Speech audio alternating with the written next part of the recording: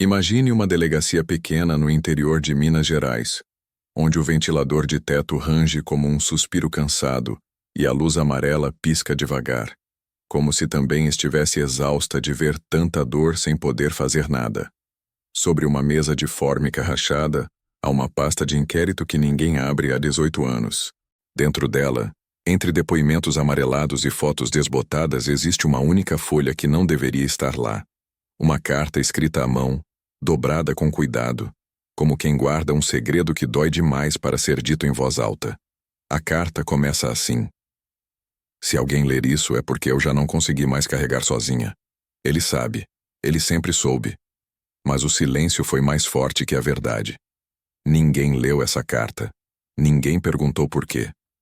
E por causa disso, uma mulher chamada Beatriz passou o resto da vida esperando uma resposta que nunca veio. Beatriz tinha 42 anos, quando o mundo começou a rachar devagar, como uma parede que ninguém percebe até desabar. Morava em uma casa de tijolos aparentes, nos arredores de São João del Rei, daquelas casas que parecem abraçar a rua com um quintal pequeno e varal sempre cheio. Era costureira, daquelas que consertam não só bainhas tortas, mas também corações partidos com uma linha fina e uma conversa sussurrada. Suas mãos eram leves, quase transparentes de tanto usar agulha, e o sorriso dela aquecia o ambiente como o sol de fim de tarde. Tinha uma filha única, Clara, de 16 anos, que herdara os olhos grandes e a teimosia quieta da mãe. Clara era o orgulho de Beatriz. Estudava de manhã, ajudava na costura à tarde e sonhava em ser advogada para defender quem não tem voz. Como dizia com aquela convicção que só adolescente tem. O marido, Marcelo, era motorista de caminhão. Passava semanas na estrada, voltava com cheiro de óleo diesel, cansaço nos ombros e presentes baratos de posto de gasolina. Um chaveiro, um colar de conchas falsas, um chocolate meio derretido.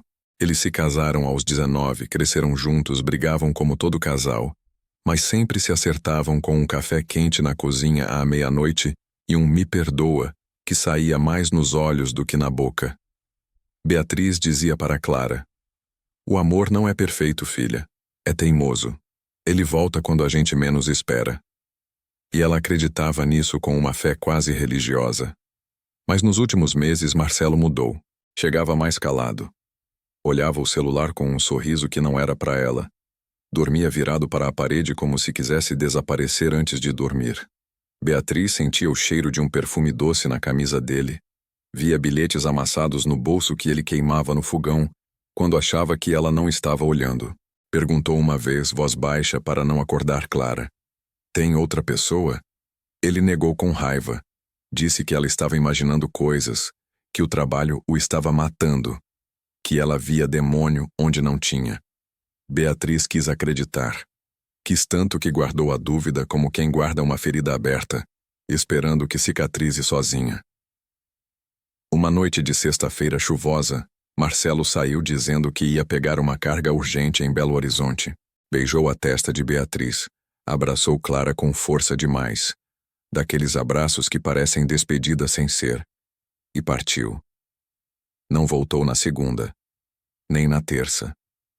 No quarto dia, Beatriz foi até a empresa. O chefe, com voz seca, disse: ele pediu demissão há 2 semanas. Disse que ia embora com a família. Beatriz sentiu o chão sumir debaixo dos pés. Ligou para os números que encontrou no celular dele. Uma mulher atendeu, voz jovem, rindo antes de desligar. No dia seguinte chegou uma carta na caixa de correio sem remetente. Era de Marcelo. Não me procure. Eu escolhi outra vida. Cuide da nossa filha. Desculpe. Clara chorou até não ter mais lágrimas. Beatriz não chorou na frente dela. Guardou a carta na gaveta, junto com as fotos de casamento e o chaveiro que ele trouxe de uma viagem anos antes, e continuou costurando. Costurava vestidos de noiva para outras mulheres, engolia o nó na garganta, dizia para si mesma: ele vai voltar, homens voltam. Mas os meses viraram anos. Marcelo desapareceu completamente. Nenhum sinal, nenhum dinheiro, nenhuma explicação.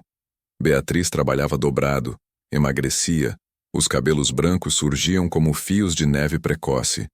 Clara cresceu revoltada, culpando a mãe por não ter segurado ele, culpando o pai por ter ido embora sem olhar para trás. A casa ficou silenciosa. Só se ouvia o barulho da máquina de costura à noite, como um coração que se recusa a parar de bater. O ponto mais baixo veio numa tarde de chuva fina e insistente. Beatriz acordou com uma dor no peito, forte, como se alguém apertasse com as duas mãos. Clara a levou ao hospital público, onde o cheiro de desinfetante misturava-se ao de medo. O médico foi direto. Infarto. Precisa operar urgente. Mas o SUS está lotado. Pode demorar meses. Beatriz olhou para a filha e sussurrou: Se eu for embora antes, você vai ficar sozinha. Clara segurou a mão da mãe com força. Então não vai. Promete. Naquela noite, no leito do hospital, Beatriz escreveu uma carta longa. Contou tudo. As noites em claro esperando o marido voltar, as dúvidas que engoliu por anos, o amor que ainda sentia por Marcelo apesar da traição. Escreveu para Clara: Se um dia ele aparecer, não o odeie. Só pergunte por quê. E me perdoe por ter sido fraca demais para ir atrás. Selou o envelope, entregou para uma enfermeira amiga que trabalhava no turno da noite. Guarda isso. Só entrega se eu não voltar. A operação foi marcada para 3 meses depois. Beatriz piorava a cada dia. Clara largou a escola para cuidar da mãe, vendia doces na rua, pedia ajuda em redes sociais. Ninguém respondeu. Até que, numa manhã cinzenta de julho, um homem apareceu no corredor do hospital. Alto, barba grisalha, olhos fundos e cansados. Era Marcelo. Mais velho, mais magro, com uma aliança nova no dedo que brilhava como uma acusação. Sentou ao lado da cama de Beatriz, que mal conseguia falar. Eu vi no Facebook. Vim assim que soube. Clara ficou parada na porta, punhos cerrados, corpo tremendo de raiva. Marcelo chorou como criança. Eu errei tudo. Fui covarde. Tive outra família, outra filha. Mas nunca parei de pensar em vocês. Voltei porque não aguento mais carregar isso sozinho. Beatriz olhou para ele por um longo tempo. Não havia raiva nos olhos dela, só uma tristeza profunda e cansada, como quem já chorou tudo que podia. Com esforço sussurrou: Você escolheu. Agora vive com isso. Marcelo tentou explicar, justificar, pedir perdão. Beatriz ergueu a mão devagar. Não é para mim que você tem que pedir. É para ela. Apontou para Clara. A menina saiu correndo pelo corredor, soluços ecoando nas paredes frias. Marcelo ficou ali, cabeça baixa, chorando em silêncio. 2 dias depois, Beatriz piorou de vez. Antes de entrar na cirurgia, chamou Clara e Marcelo para perto. Segurou as mãos dos dois juntos com a pouca força que restava. Eu perdoo vocês. Os dois. Porque guardar ódio é mais pesado que qualquer doença. Virou-se para Marcelo. Cuide dela.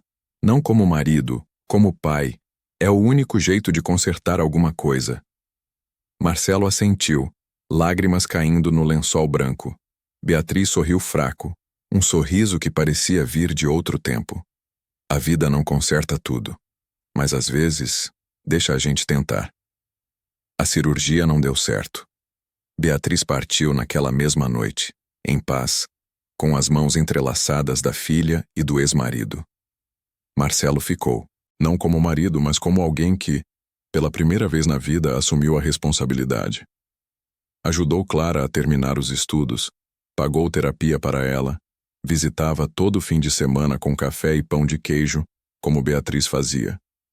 Clara demorou anos para perdoar de verdade, mas perdoou. Guardou a carta da mãe como um tesouro. Lia trechos dela nas noites difíceis. E anos depois, quando se formou em psicologia, abriu um pequeno consultório na mesma cidade. Na placa da porta escreveu: Aqui a gente aprende a perdoar o que não pode ser mudado. Hoje, Clara tem uma filha pequena. Chama ela de Bia. Toda noite, antes de dormir, conta histórias da avó que nunca conheceu, mas que ensinou o maior milagre de todos: que perdoar não é esquecer. É escolher não carregar o peso sozinho. Marcelo envelheceu ao lado delas não como pai substituto, mas como alguém que aprendeu tarde demais que o amor verdadeiro não foge. Ele fica e conserta o que ainda dá para consertar. Eles visitam o túmulo de Beatriz juntos, deixam flores simples e falam baixo, como se ela ainda pudesse ouvir. E você? Já guardou uma mágoa que pesava mais que a própria vida? Já deixou de perdoar alguém porque achava que justiça era só punição? Essa história, inspirada em tantas famílias que carregam silêncios pesados demais, me faz pensar. Às vezes o maior erro não é o que o outro fez, é o que a gente faz com a dor depois. Guardar rancor é como carregar uma pedra no peito. A gente se acostuma com o peso, mas nunca deixa de sentir. Perdoar não apaga o que aconteceu, mas devolve o espaço para respirar.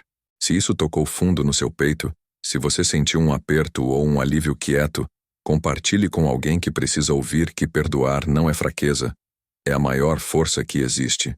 Comente abaixo qual peso você está pronto para soltar hoje e se inscreva no canal. Mas só se essa jornada te lembrou que o coração, mesmo partido, ainda pode escolher amar de novo. Obrigado por ficar comigo até aqui. Cuide do seu. Ele merece paz. O mar sempre volta. E o perdão também.